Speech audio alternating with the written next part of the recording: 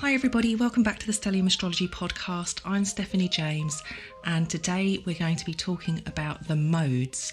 So we've just recently covered a short series on the elements and now the modes is the deeper view into kind of how the signs and the zodiac signs work.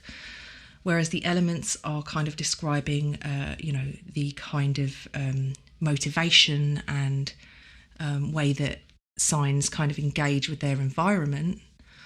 The modes describe how they deal with conflicts that arise within their environment, and also kind of like the movement and the speed, the direction that the signs kind of gravitate towards, and just how they deal with conflict and challenge generally. As you know, if you have heard, and if you haven't, I would encourage you to go back and listen to the elements. The elements are a much more kind of cooperative and flowing, easy kind of no hassle, zero drama kind of aspect between signs. And if you've got signs that are in the same element, it means that they're trine to each other usually. With the modes, it's different because the modes are actually at 90 degrees instead of 120 degrees without getting bogged down with numbers. The way we found the elements was putting a triangle on top of the circle. The way we find the modes is by putting a square on top of the circle. And so that makes one of the corners on Aries. Then the other signs that the corner points will be on will be Cancer, Libra and Capricorn, making a big square. So those are the signs we're going to look at today. And just so you're aware, there are 3 different modes within each element. To put it simply, each corresponding fire sign, Aries, Leo, Sagittarius, will be made up of one of 3 modes. So Aries is cardinal fire, Leo is fixed fire, and Sagittarius is mutable fire. And that goes around the zodiac. So then you'd go to the earth signs and you'd have Taurus, which happens to be fixed earth, Virgo, which is mutable earth, and then Capricorn, which is cardinal. The elements and modes are really central to understanding the horoscope. And before you've even got into complexities of trying to understand all these different points in the chart, you have to look at the more basic things like which element and mode the sign's in, because it gives you such a huge indication of how that person is going to behave if they've got a lot of a certain element or mode, or if they've got not so much, so many placements. So the modes indicate movement, speed, direction, how we deal with challenge and conflict, and it's a really good indicator. If you don't know anything else about astrology, if you can look at the signs and recognise that they've got lots of planets in a cardinal sign, a mutable sign or a fixed sign, it gives you a really good idea of the central challenges in their life. So when the sun crosses over the cardinal points in the zodiac, this is when we have our new seasons. So when the sun crosses over into Aries from Pisces, this is the beginning of spring. This is usually the moment when we really start to notice the blossoms and the seeds sprouting and the little baby lambs everywhere. When we see the sun crossing over into Cancer season, that's the summer solstice there. And so we've got the spring equinox, the summer solstice, and then then we have the autumn equinox, which is when the sun crosses over into Libra, and then we have the winter equinox, which is when the sun crosses over into Capricorn. So they're kind of like, if you could put a cross and then put a little pin in each point of the cross, so you've got like a proper little almost hot cross bun style cross, and you pin those points into the wall and then drew your zodiac wheel around it. Those are the points which indicate new beginnings, and that's what cardinality actually represents. It kind of represents, beginning, starting fresh, and making changes. And as the new seasons begin, as they start, you have a sense of initiation about them as well. So we have all these different celebrations in the wheel of the year to celebrate. Usually around springtime we kind of have Easter. In autumn time, so the equinox points, that's when we have harvest. spring is where we celebrate new life. Summer is where we just bask in the glory. It's a summer celebration. It's a sun celebration. The summer solstice, when everybody goes down to Stonehenge and celebrates the longest day of the year. And then the autumn equinox, which is when we celebrate everything kind of the beginning of the decline into winter, where everybody would harvest stuff and then store it and create preserves and things like jam and compote and all these different things that can last through the winter. And then winter is the celebration of the rebirth of the sun, where it reaches the lowest point in our night sky in the northern hemisphere, where we recognise the sun sits still. It gets to the lowest point that it can. Actually, Sirius, the brightest star in our night sky in the winter months, gets to the lowest point that it can, and then it seems to just sit and move along for about 3 days and then begins to rise again. And what this indicates is actually the wobble of the earth. So when we're talking about cardinal signs, we're talking about recognising the distinct change, the difference in our position, and whether or not the ancients, I'm sure they did know this, whether or not the ancients did know this, there's an astronomical connection to this astrological association. So the spring equinox is where the days begin to get noticeably longer and lighter. As we build up to the summer solstice, that's when we notice that the days are much longer. We're having, in the northern hemisphere, particularly in the UK where I'm from, it's daylight up until about 10 o'clock at night. It's daylight until quite late in the evening, and actually it can be quite hard to try and have a decent sleep routine in the summer because the days are so long, usually about 5 hours of darkness, and then the sun's rising again. And then we know from that point that the days will start to get shorter. And we're in September at the moment, and we're not far from the autumn equinox, which is fast approaching. And at that point, we will be aware of the fact that the days really are getting shorter a lot more quickly. And we also have at that point in the UK British summertime, where our clocks change back. They spring forward in the spring and they fall back in the fall. So we definitely have shorter days approaching, which everybody feels really down in the dumps about. But personally, I also like an excuse to wrap up with a load of blankets and have delicious squash soups and just really enjoy the shorter sunlight hours, just feeling cosy and snuggled. I'm a Scorpio moon, so maybe that's got something to do with it. And then the winter equinox, winter solstice, which is obviously the point where the days are as short as they can be, and they will start getting longer from that point. And this is to do with the Earth's wobble. I'll have to do a whole different show on how the wobble of the Earth affects our seasons, but just know that the seasons are affected every time we pass a cardinal point. And these are associated with the tropics, which is what gives us the tropical zodiac, which is what I'm working with. So the cardinal points are kind of a key concept to the tropics and the tropical zodiac. So without waffling on any more about that, let's get back to cardinality. And yes, it's about beginnings and fresh starts and change. Like I said, the change in the seasons. It's kind of the initiatory quality. So it definitely seems to be connected to starting new ideas up and, getting things started. And they're definitely different. So obviously, if you know an Aries and you know a Cancerian, you know that they're very different in the way that they approach life. And Aries can be quite headfirst and gung-ho about things, whereas Cancer's definitely a little bit more considered. But this is how cardinality presents differently through different elements.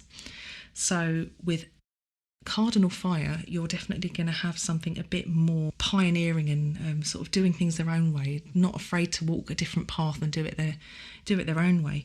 Whereas Cancer, the other way to think about this is the animal counterparts, or the creatures, so the glyphs. So Aries is represented by the ram and isn't afraid to go head first into things. Cancer is represented by the crab, so isn't so direct, and generally it can be quite timid as well. It's not necessarily as gung-ho as Aries, though if you upset and anger a crab, they can attack, as I'm sure many people playing with crabs on the beach growing up like I did will have learnt the hard way. And Libra, an air sign, is much more indecisive about directions that they should take, because they're much more considerate towards other people and about how other people feel and how their actions impact others. So if you think about weighing things up, the symbol of the scales, this can be a difficult thing for Libras, because they want to ensure that they're being fair and they want to try and strike a balance. And with Capricorn, there is a sense of the mountain goat goes backwards. It zigzags across the mountain. It goes backwards and forwards until it gets to the top, and sometimes it falls down, it loses its footing. And again, this is something which, funnily enough, Capricorn isn't direct. They take the best possible route, and even if it takes longer, they want to make sure that they're doing it the right way. Sorry, I've got a bit of a bad throat. I can feel something coming on. Feel sorry for me. So, cardinality is very direct usually and forging ahead. It's definitely moving forward, but whether it's direct like an Aries or a little bit sidewinding like a crab, there are differences in movement, but generally cardinality is quite a steady kind of progress. There's quite a lot of, I guess there's an essence of speed, of constant movement with cardinality. Their direction is generally forging ahead, and when the way that they deal with challenge is that they kind of tackle the challenge as it presents itself. You do get signs that are better at diplomacy, like Libra, and those that might sidestep conflict a bit, like Cancer, but will fight if it has to fight. But generally, conflict is met head on with the cardinal signs, and they process the conflict and integrate what they learn through the conflict into their repertoire, able to deal with situations like that again in the future. And cardinal signs are generally future thinking, forward thinking signs as well, so they tend to be planning ahead a lot of the time. So vibrating in a strong way towards cardinality, it can seem as though conflict comes from an external place rather than an internal place. So some people with cardinality will be actively looking for competition or conflict, whereas other people may find that competition and conflict is something that presents itself to them, but they would rather avoid, or they're inwardly competitive. I know lots of people who are competitive with their self and want to push themselves from within. And cardinal signs aren't afraid to up and leave if they're not happy with something. If things aren't really working out, they're not afraid to say, okay, time to move on and go elsewhere. So just to talk about the individual signs of the zodiac, I have touched on it a little bit, but you can kind of see Aries as somebody who wants to do things their own way, to lead in their own way, to forge ahead and to be a pioneer.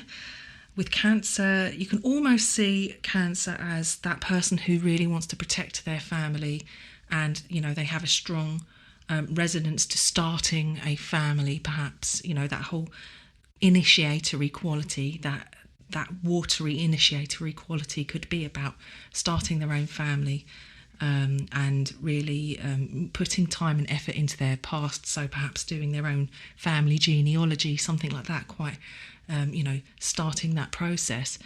With Libra, people with strong Libra in their chart are usually very other person orientated, and are often very interested in beautiful things, artistic endeavours, the fine arts, for example, as opposed to something more modern and like J.J. Addams or Robin Eisenberg. Though they might like it if they've got a bit of Aquarius in their chart, perhaps.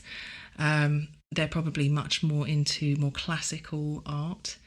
And I know a Libra who is very focused on other people, and when we were working together, and when there was a new system that came in place, instead of thinking, well, how's this going to affect me, her immediate thing was, but what about the other staff, and what about the patients? So just the immediate was just not even to think about herself, but to think about how is everyone else going to feel about this? How is this going to affect other people? It's their go-to.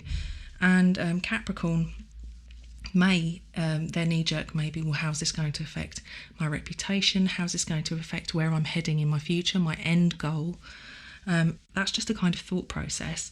And yes, so if there is an overemphasis of cardinality,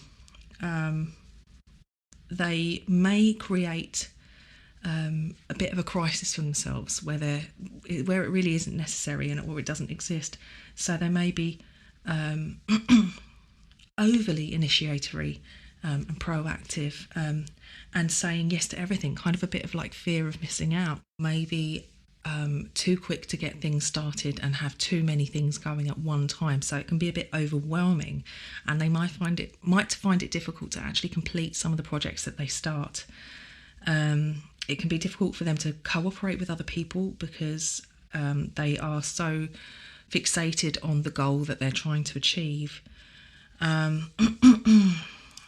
completely obsessed with what's going on right here, right now, as opposed to and solving problems in the here and now, rather than enjoying the here and now and thinking about where they've been and how far they've come. It's more about everything's got to be done now, right now. I'm sure we all know somebody like that. And yes, so a sort of rounded and well-developed sense of cardinality would be the ability to start things up, to be quite self-motivated and to have goals, and to be in touch with what's happening right here and right now. And an underdeveloped or underemphasised representation of cardinality can be a little bit low motivation, not particularly. They need somebody to give them a kick up the bum to get going.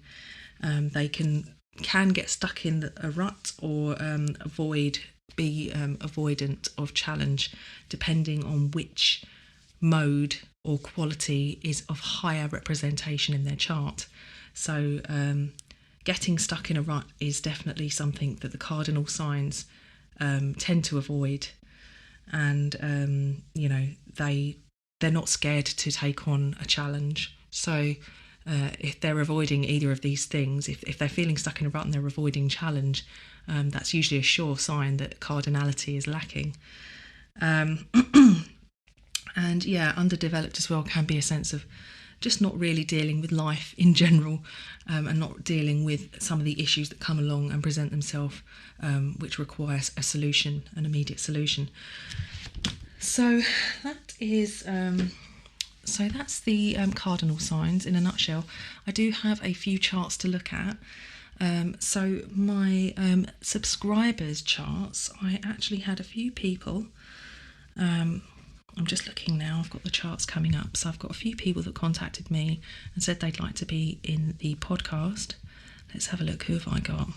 So I have got Vanessa, who is a subscriber and a student of mine. So hi Vanessa, I hope you're okay.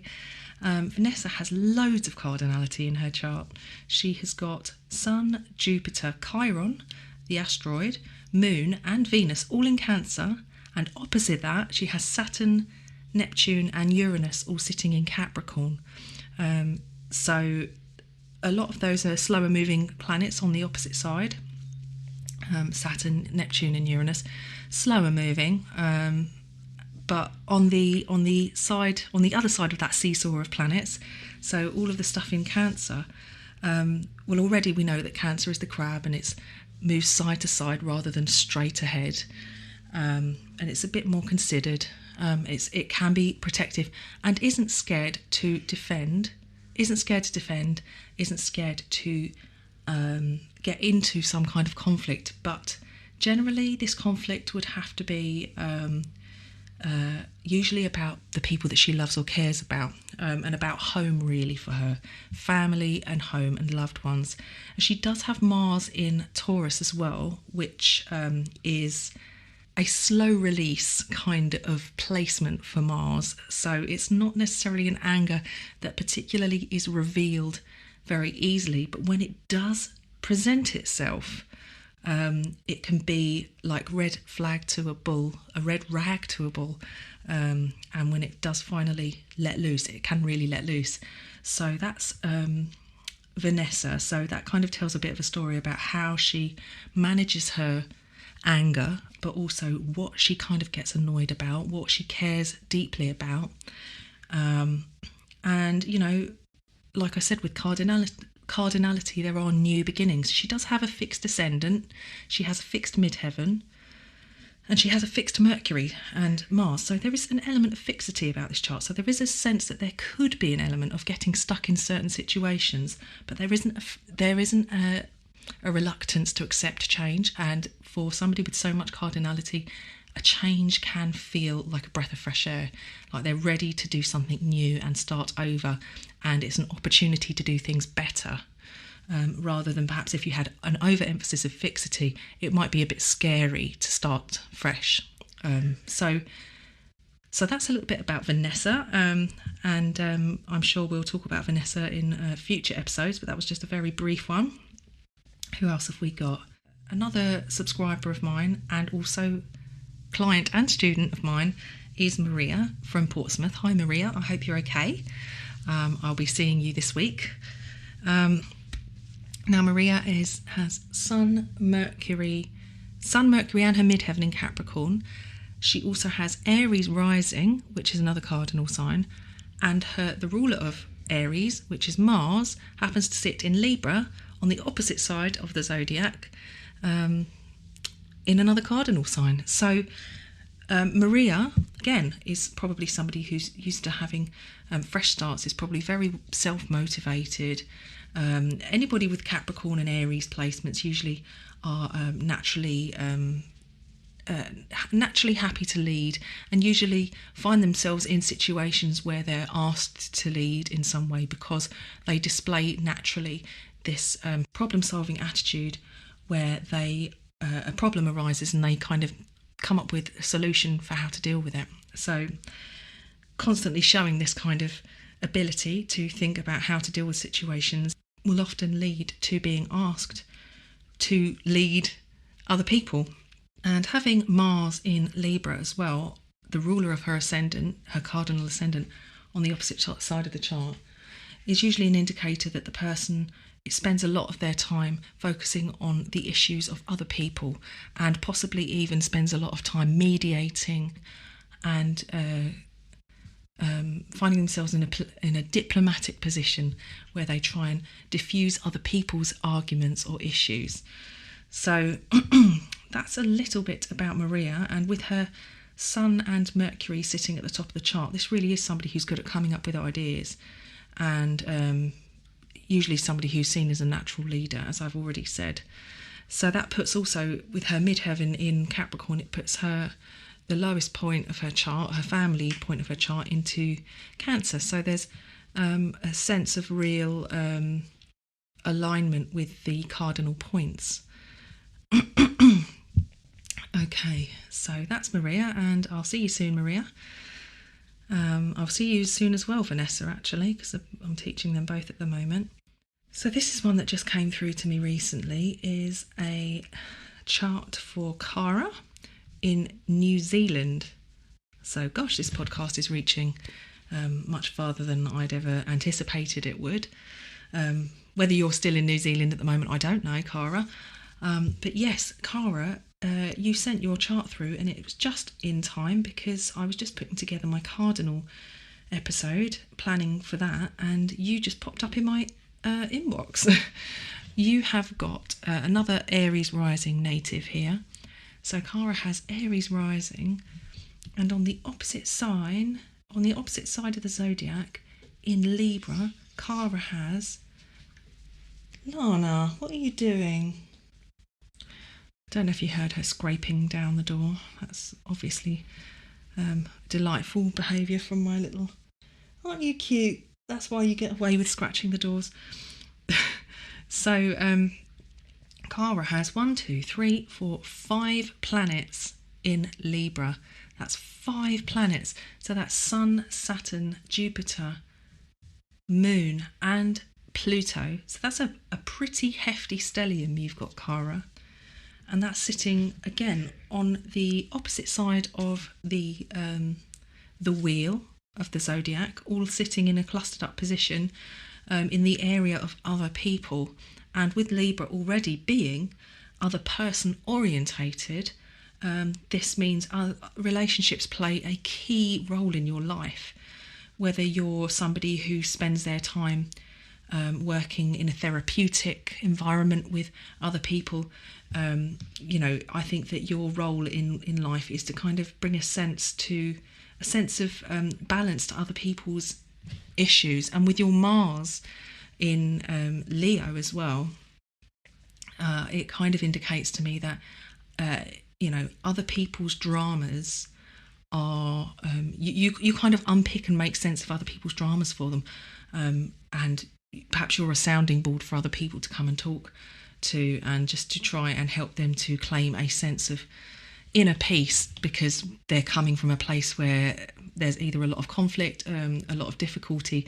It would seem to me that you deal with people that have been through a lot of crisis, and perhaps the reason why you're so good at dealing with this is because your home life at some points has probably been a little bit dramatic as well, and so you've kind of had the personal experience which you can then take out into the world and help other people with. So like I said, with Libra in cardinality, that's somebody who puts relationships first in a sense, because it's not about creating a new situation or fresh starts for themselves necessarily. Lana, what are you doing? What are you doing? Come on, Lana. So for Libras, again, like I said, they are often thinking about others before themselves, and it's that kind of responding to crisis on behalf of others. So not necessarily as a rescuer, but somebody who fights for others, almost activism in a sense. There's almost an activist in there somewhere. But yeah, there's other chart indicators that describe other things about you, but the ruler of your chart being there in the 4th house puts places a lot of emphasis on your home life. But yeah, you've got a really interesting chart because it's so one-sided and so clustered up, and that stellium is very interesting to look at. And you've got that Mercury that's ever so slightly wide just after Pluto, which again indicates somebody who talks about, it's like a relationship therapist or something. It's somebody who talks about people's future plans, maybe like some kind of coach for other people who have trouble implementing their own ideas or issues, or perhaps people that don't have problems with implementing new things but maybe have problems with focusing on one area in particular, and you're able to help them zone into what's the most important area to focus on. So I'd love to know what you do for a living and whether or not this resonates to you, Cara. So I thought I'd pick Cara out, and the final listener chart that I thought I would pick out for us is somebody who lacks in cardinality, and that is somebody called Roseanne, who is in Australia. So hi Roseanne, another subscriber of mine. Roseanne has got a few planets in, she's got some water in her chart. So she's got Saturn and Chiron, Neptune and Jupiter all in water signs, but she's got a lot of earth, either fixed or mutable, and the only thing she's got in cardinal is Jupiter. So being so mutable and so fixed, you may actually relate to perhaps feeling quite stuck in a rut sometimes. In some areas, your moon, perhaps you may feel a little bit helpless and a bit at the mercy of situations in your life and perhaps certain people. But that you've got 4 planets in, so you've got Mercury, Sun, Pluto and Uranus all in Virgo, and you've got Saturn opposing that and Chiron. So actually you have got a very mutable seesaw, which can be, if conflict presents itself, it kind of avoids it. There is a sense of avoidance with mutability. And then you've got this fixed moon and fixed Mars and fixed Venus. There could be a sense of it struggles to let go of things that people say sometimes. And the moon in Taurus in the 12th house, because you've got Gemini, another mutable sign rising. There's no problem with movement, travel, ideas, and perhaps this is an active mind that really struggles to sleep at night because there's just so many different ideas and so many pots boiling, and you're really good at juggling all these different things. But the moon in Taurus is quite opposite to all of that mutable stuff, and it actually wants a little bit of inner peace and a little bit of calm, and just to stop being so I guess mutable signs can be into fads. They can be into like trends because it's the latest, newest thing and they want to explore. So it could be that you struggle to commit to particular things when actually you really do want to commit to certain things. But yes, a moon in the 12th house can be at mercy of situations that dictate, can make it difficult for you to actually move on from certain situations or certain people. And you know what, you've got all of that stuff, all of your Virgo stuff is in the 4th house, so it kind of describes that family is important, and perhaps family is dispersed all over the place, and travelling around to see your loved ones can probably be quite exhausting. You also have a mystic rectangle in your chart. So, without going into deep chart analysis, there does seem to be an element of change, kind of like a shifting of the goalposts, and things are perhaps transitional. They feel transitional and restless. So it's perhaps not really goal-driven as well. It's a little bit...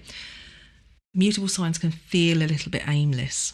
But with Jupiter in Cancer in cardinal signs, perhaps there is a big long-term goal for your family, and in the 2nd house as well of, building and foundations, and of, financial wealth and accumulation of, wealth and objects. Perhaps that's your part of your driving force, and that's part of where your goals lie, is to have a good home, a place that you can call the one place that you can go to sort of get away from things, and a point that you can keep coming back to when everything else is sort of out of control and a bit out of kilter. So yes, thanks for sending your chart in, Roseanne. It's an interesting one. I know we talked on Instagram, I believe, and I had a little look at your chart for you, and I'm sure we'll take another look at your chart definitely down the line.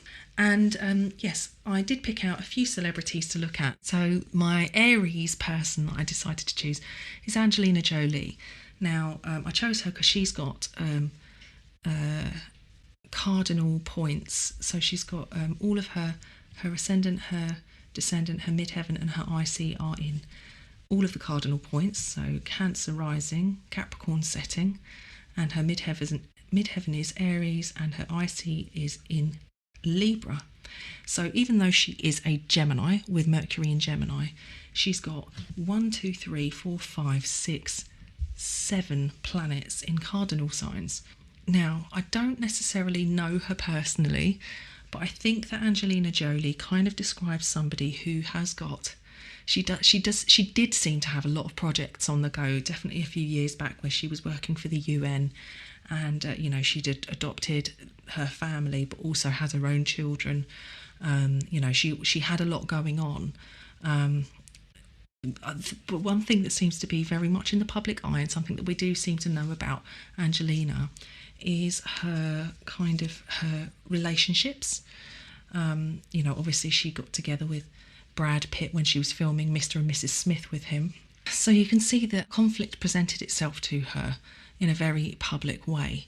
And again, it wasn't necessarily an internal conflict, but more, I'm sure she did go through her own personal internal conflict, but there was also a sense that she found herself in a situation where there was team, what did they say? It was Team Jennifer and Team Angelina, or Team Jolie and Team Aniston. It was that kind of, people took sides over what happened with Brad Pitt, even though Brad was very much, it was his dick did the talking. So, it was an interesting way of looking at how conflict presented itself to Angelina Jolie. She's had a few marriages which didn't work out. Lola, stop it, please. She had a few marriages that didn't work out. I think one was Billy Bob Thornton, the other was Johnny Lee Miller from Trainspotting. And she also, she's continued on with what she does. She's doing the Cancerian mum/family thing. She's, as far as I'm aware, independent, single, living her life her own way, but doing best by her family. And I have no idea whether she's in a relationship anymore or not, but I believe she's doing her professional life. But also think about her kind of roles that she's played. So like Tomb Raider, that was based on a computer game. So that's quite a dynamic, daring role to play, and actually inspired. It's just like a very popular Halloween outfit now. And who else have we got? Gwyneth Paltrow. And I won't go on too long about Gwyneth, but obviously as a Libran anyway, relationships have been a factor in her life. She's involved in the arts, she's involved in acting, but actually she's known to have an eye for beauty and an eye for artistic, I don't know, je ne sais quoi, I'm not sure.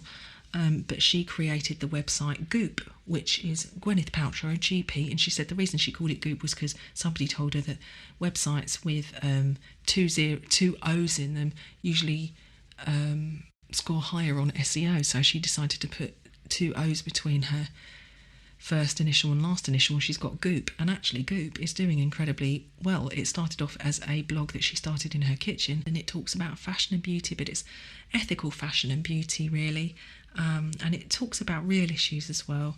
So let's have a quick look at her chart. Gwyneth Paltrow has let's go into her. She has got Sun, Pluto, Mercury and Uranus all in Libra. And I think she has Jupiter at 0 Capricorn. Yes, so she has 5 planets in cardinal points. And so she's somebody that gets things started. She gets things going. I just thought that might be an interesting one. On top of that, she, when it came to her divorce, her split from Chris Martin, she chose not to call it a divorce, but actually a conscious uncoupling, because again, we are talking about somebody who is very careful about how other people feel and how other people are perceived, and other people perceive her. And my final person who I thought I'd talk about, who is a Capricorn, is a very famous Capricorn called Greta Thurnberg, and I'm sure everybody has heard of Greta. And Greta has got, we don't know her birth time. We don't actually know her birth time. But yes, so Greta Thurnberg has got Sun, Moon and Mercury in Capricorn. And like I said, we don't know her time of birth, so that's all I can say for certain about her. But this is somebody who has, from a very young age, and let's look, she's born in 2003, so she's like 18 years old at the moment. And she is already extremely famous for being a climate change activist and really caring about the impact of everybody's actions on the world. This is a challenge, this is a conflict that she's dealing with on the world stage. This is obviously something that's deeply rooted within her, something that she cares very much about and is going to affect everybody and generations to come. But she has taken it upon herself to be a figurehead for the young voices who want to speak out about climate change and many issues around that as well. So it says here she started her public activism on August 20th, 2018, where Sweden had suffered heat waves and wildfires in its hottest summer in at least 262 years. So Greta was probably having some pretty big transits. Pluto in Capricorn over the past few years, Saturn in Capricorn Pluto's been in Capricorn since 2008, Saturn's been in Capricorn since 2017, and Jupiter's been in Capricorn over the past year. So they've been working their magic, and obviously she's been in the position to lead this movement and to become a poster person, a poster girl for the climate change Extinction Rebellion. Without going into too much detail about Greta Thurnberg, I thought she'd be interesting because, again, the signs of the zodiac, we go through development, and when we get to Capricorn, it's a much more universal and worldly sign that's concerned with issues that go really, though they have their own personal issues, they also care about issues that are far bigger than themselves, far bigger than their family, far bigger than their relationships. In fact, it's what affects everybody. So that's kind of a look at the cardinal signs of the zodiac, and I hope you found it useful. I hope you found it interesting. It's definitely something that takes time to really integrate, but as long as you can just remember there's a cardinal sign in each element, you just have to remember that it's all signs of each element aren't exactly the same, and they've got a flowing relationship, an ease of communication between the elements trine, 120 degrees apart. Those are represented by square, 90 degrees apart, are going to be far more challenging and a lot harder to ignore, and they require action. So that's kind of the sense of the modes, and obviously we've just looked at cardinal signs. Thank you for listening. If you know anybody who has a lot of cardinality in their chart or lacks it, show this episode to them. They might relate, and have a practice yourself. Have a look at some people's charts that you know. Perhaps you've been collecting your family's charts and having a look at, where their planetary placements are and whether they've got a lot of signs in a water sign. Now have a look and think, is that water sign cardinal? Is it Cancer? Are they very family orientated? Do they fight for the people that they love? Are they protective? So think about, that added dimension now to the signs. So next time I talk to you, we're going to be talking about fixed signs. I look forward to speaking to you next time. And as always, if you're enjoying this, please subscribe, rate and review me on iTunes. And come say hi on social media. Sign up if you want to have your chart looked at. I will definitely do my best to get you featured on one of our episodes. Thanks very much. Take care, guys. Bye.